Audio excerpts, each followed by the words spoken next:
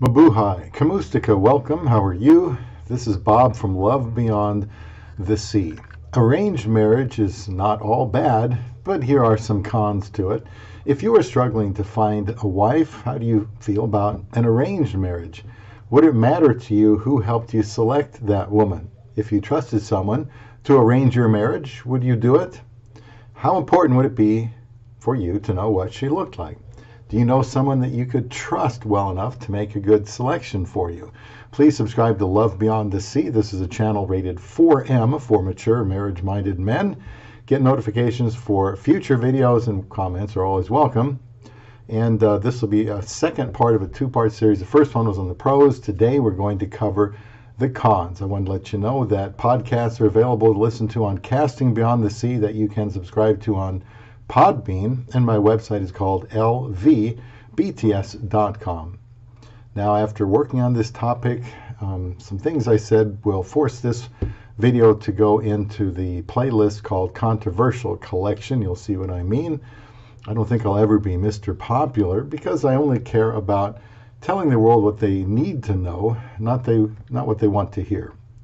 So in the last upload, I covered 7 pros excuse me, to an arranged marriage from an article I will link for you today. 11 cons, and you'll find that article in the description box. As someone myself who labored for 30 years to find a wife, I wonder what I would have thought of the idea of an arranged marriage all those years ago. I might have said yes to the idea if I was guaranteed some level of sexual interest in this woman, but all in all, it comes down to leading, being compassionate, being unselfish, being forgiving, things like that for the man, regardless of how the marriage came to be. After doing the last video, I gained a little respect for the idea of an arranged marriage. Let's see how I feel after these 11 cons, and please be sure to comment as we go. So, the first of the cons from the article of arranged marriage: it increases the risk of child marriage. When children are married, especially younger than the age of 12, then they're not prepared for the idea of free choice. Although not practiced in Europe or North America, the poverty in Eastern Asia, Latin America, and Sub-Saharan Africa force families into a choice between school or emerging of their families for pure survival. The arranged marriage ensures the financial security of their child, even if it puts them into a place of physical harm. My thoughts: I don't necessarily have a problem with child marriage, depending on their ages, and if those children have had the right upbringing and that they want to marry each other, but that is probably not usually the case. And yes, you might need to play that back. I don't want to be legalistic about how old someone has to be in order to get married. You know, some people are never ready for marriage due to their lack of maturity, regardless of their age. Who's to say those children would have a better chance of finding a life partner 10 years later? I don't know. I mean, I know we don't like to have a choice taken from us, and marriage is serious business. Normally, I think of arranged marriage as being with similarly aged people. Second con they listed was it places the burden of financial responsibility on the daughter. They say when communities are impoverished, every mouth to feed becomes a continuing liability. Most cultures that struggle with poverty have societal structures which makes it difficult for women to find gainful employment. That means a daughter becomes the greatest financial burden a family can bear. By arranging a marriage as quickly as possible, the monetary obligations are reduced, which creates less food insecurity for everyone in the household. By the way, I have some links in the description box that relate to this video also. Third con: it limits the choice of a life partner. I think most people would probably bring that one up. This negative component of arranged marriages applies to migrant, minority, ethnic populations. According to the article, if the majority population of the nation where they live avoids them, stereotypes them, or follows segregation or apartheid policies, then arranged marriages become the only way to continue family traditions. Up until 1980, it's spelled S-I-K-H, Sikh families of Canada practiced arranged marriages for this very reason, they say, You still see them in Hasidic Jew populations. Up until the 1960s, Japanese immigrants to the United States also engaged in this practice. Although it guarantees a marriage, it reduces the choices available for life partnerships. And my thoughts on this one, getting married at 12 would reduce the choices available. In some circumstances, getting married very young like that helped to ensure having children if the life expectancy in that country was low.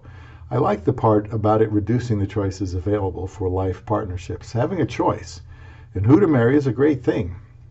But today there seems to be many excuses for not getting married. It's like some people want to reduce their choices available either by being too picky or maybe they just assume the worst. Some guys are in their 40s and older and resigning themselves to a life of what? Celibacy? How long is that going to last? As you may know, I got married at 53, and maybe to some of you that doesn't seem like it's very old, but after being alone for 30 years, I felt like I was about 80. I know what it's like to go through your 30s and 40s and wonder what people think about you, especially women. There are some stereotypes of single men who are past 30 that are not flattering. I discovered I had limited my chances to marrying by assuming it had to be here in America. After so long, I decided to try to date someone from another city, then another state. But all in all, when I started to communicate with someone, they ended up disappearing. My pastor suggested another country one day, like the Philippines, which I did, and now you know the rest of the story. If you don't, please subscribe to Love Beyond the Sea. Fourth con from the article, it eliminates the dating phase of life. They say there is something to be said of putting yourself out there for someone to see if you and they are compatible with one another. Although breakups are emotionally challenging, the process of courtship creates more possibilities that a good match will be found. You get to explore partnership and personality types to see what you prefer and what you do not. Although the divorce rate for arranged marriages, they say, is widely reported at 6%, compared to 55% of all marriages in existence right now, your relationship is not treated as a business partnership. My thoughts here, I'd like to think that two people in an arranged marriage would try hard to stay together and have a great marriage. I hardly dated at all in those 30 years, yet I got married and we've been married for over 6 years, much to the shock of some. I wanted to, but didn't know anyone that really knew me as far as dating. Had a couple of blind dates. Women either had a boyfriend, husband, just weren't interested. But I just tried to learn all I could about dating and marriage when I was single, looking and waiting for my chance. I certainly don't miss dating in those days because marriage is so much better. I don't think I even prayed for a girlfriend. I prayed for what I needed, which was a wife. And only 6% of arranged marriages ending in divorce. That's an excellent rate. But the Bible wants all marriages to last. I can't think of much better than a lifelong marriage, or worse than a marriage getting broken up. The author said that the process of courtship creates more possibilities that a good match will be found. Nevertheless, there are so many people in a position to date someone today but are found wanting. I went through that for many years. Dating is much more difficult these days for men of all ages. You don't need to go out with 20 women to feel like you've narrowed it all down and made a good choice. Sometimes it's your high school sweetheart. Sometimes you meet someone online from thousands of miles away, but one way or another, you need to meet someone. I have been a proponent of meeting women online and overseas. If you feel like you're not getting anywhere in your own country, you have to go where you're wanted. Dating in person can present tremendously tempting sexual situations. Dating in a very long distance relationship, that fashion helps avoid that and focuses on practical aspects of a relationship. In my mind, if a man and a woman want to give and receive love, they don't need to know every cotton-picking thing about each other. They just need to start doing it. What do you think? Is it that simple? The hard work required to make a relationship prosper happens after you get married. That's when things get real. While it's very nice in theory to have many options to choose from in dating, that doesn't seem to be the reality right now unless you look overseas. See my affiliate links for Christian Filipina and see my videos in my playlist called Christian Filipina. The fifth con here, it makes couples feel alienated from their families. They say when there's a rush to start a new union, everyone in the family wants to be involved in the relationship in some way.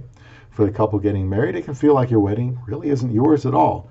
In an arranged marriage, some families may not even allow the bride, the groom, or both parties to have a say in what happens. Everything about the day may come at you in surprise, which creates an unsettling experience for those involved. 6, it avoids the issue of personal accountability. In self-selection and autonomous wedding structures, the couple bears a majority of the responsibility for the quality of their relationship. They're forced to work together to make things work. With an arranged marriage, there is no responsibility required by every party. If the marriage doesn't work, it's the parents or grandparents to blame instead of the married couple, they say. Many families will interfere in the marriage at multiple levels as a proactive way to prevent the blaming process from starting in the first place. My thoughts, I sort of agree with her here a little bit. You never want to blame anyone else for your marriage besides the two of you. That couple has to work things out regardless of how their marriage was contracted. Here on Love Beyond the Sea, I state that the husband is the leader or the head of the marriage because that is what the Bible teaches. He is the servant leader of his wife. He is to love her and sacrifice for her. The decisions he reaches and the methods he uses are up to him. He must do whatever it takes to get to know her, to meet her needs, to understand her, to be considerate of her. People are designed for marriage. Someone has to take the lead. That is the man, the husband. That's the way I look at it. Whether I like it or not, it is my responsibility to ask God to help me make this marriage work, even if it were to be an arranged marriage. Number 7 here is interesting. They say as a con to arranged marriage, it eliminates love from the equation. They say although there are numerous arranged marriages which involve love, emotions are not a priority when this relationship is first arranged. No one cares if you can or will fall in love with the other person. As long as the families get along and there's a mutual benefit to the relationship, then that becomes the definition of success. That means one partner can find themselves trapped in great misery because they don't like their partner and don't want to disappoint their family. Again, they say the divorce rates for arranged marriages are much lower than other types, but it may be due to a sense of obligation or responsibility more than a lack of overall compatibility. Now, what I want to say here is I hope you're getting something from this upload of cons to an arranged marriage, as well as the previous one about pros to such a marriage. Here's the thing about falling in love and not liking your partner. As the husband, it is up to you to earn her respect, to make her come to like you, to have feelings for you. Isn't that what you want? If the husband treats her right, I think she's going to develop feelings of love for him. But first, he needs to lay it all out there and love her. That means to put her needs above his own and to do all he can to make her life better. She becomes his most important relationship on earth. I believe people in an arranged marriage are capable of eventually falling for each other with strong male leadership, and most certainly that includes a traditional marriage too. Many times people drift off in their own direction. They stop emphasizing the union part of it and not living like they are a new unit. The two become one, the Bible says. Maybe they don't realize it, but they have been joined together by God himself, whether they are Christian or not. The reason people don't love each other, I think, is selfishness. Selfishness has no place in marriage. It has to go. If you want a great, long-lasting marriage, it will take being unselfish and will take a lot of forgiveness. I absolutely believe that a man or woman can have an arranged marriage and the man lead in such a way that she will fall in love with him. I don't believe feelings of love need to be there at the start. My marriage was not arranged, but I do feel an obligation, a sense of responsibility to make our marriage work. I think that's good. There's nothing wrong with that. The obligation is not to mankind, but to God, who put us together in the first place. I'll have to kind of skip over some of these ones here because of the lack of time. The 8th con they listed was it forces you to live with a stranger. And just my thoughts were on what she said was, she mentioned a comment there, the amount of time it takes to develop feelings through traditional courtship in the wealthier nations is similar to the time required for an arranged couple to get to know one another. Now, I know a man can fall for a woman in 2 seconds, but that isn't love. It can help for a while, but can't sustain a marriage. That requires unrelenting commitment and forgiveness, and often not getting your way like you could when you were still single. I'll say it again, feelings develop when the man takes the lead and loves and manages overall in such a way that she will respond to that in gratitude because she knows she is valued. Now, number 9, the con she listed there was it increases the risk of mental health issues.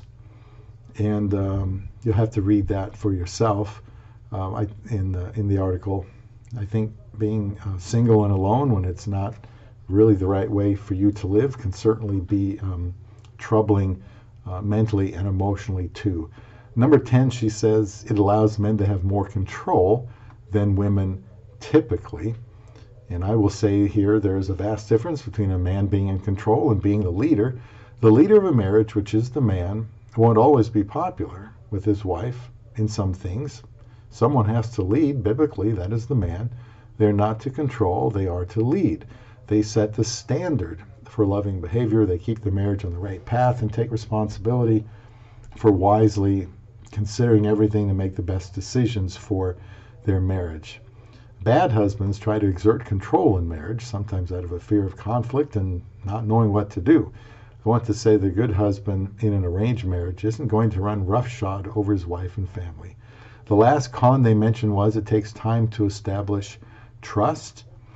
And my thoughts here before we close, where I'd like to think that parents involving their children in an arranged marriage have the common sense to think through these things first. I think two people starting from a clean state with a man who wants what is best for his wife can have a good marriage. Both people should need to be married if they are part of an arranged marriage. You shouldn't force somebody to get married that just doesn't need it. And if they have the gift of singleness, like it talks about in the Bible in 1 Corinthians 7, they don't have to be married. I don't think an arranged marriage is the worst thing in the world if there is some attraction present and the husband leads well. As for needing time to get to know each other, well, I proposed to my Filipina wife in only 18 days. 18 days. And we were married just 36 days after that. I was not expecting or trying to get married that fast. I just felt like I wanted to marry her if she would.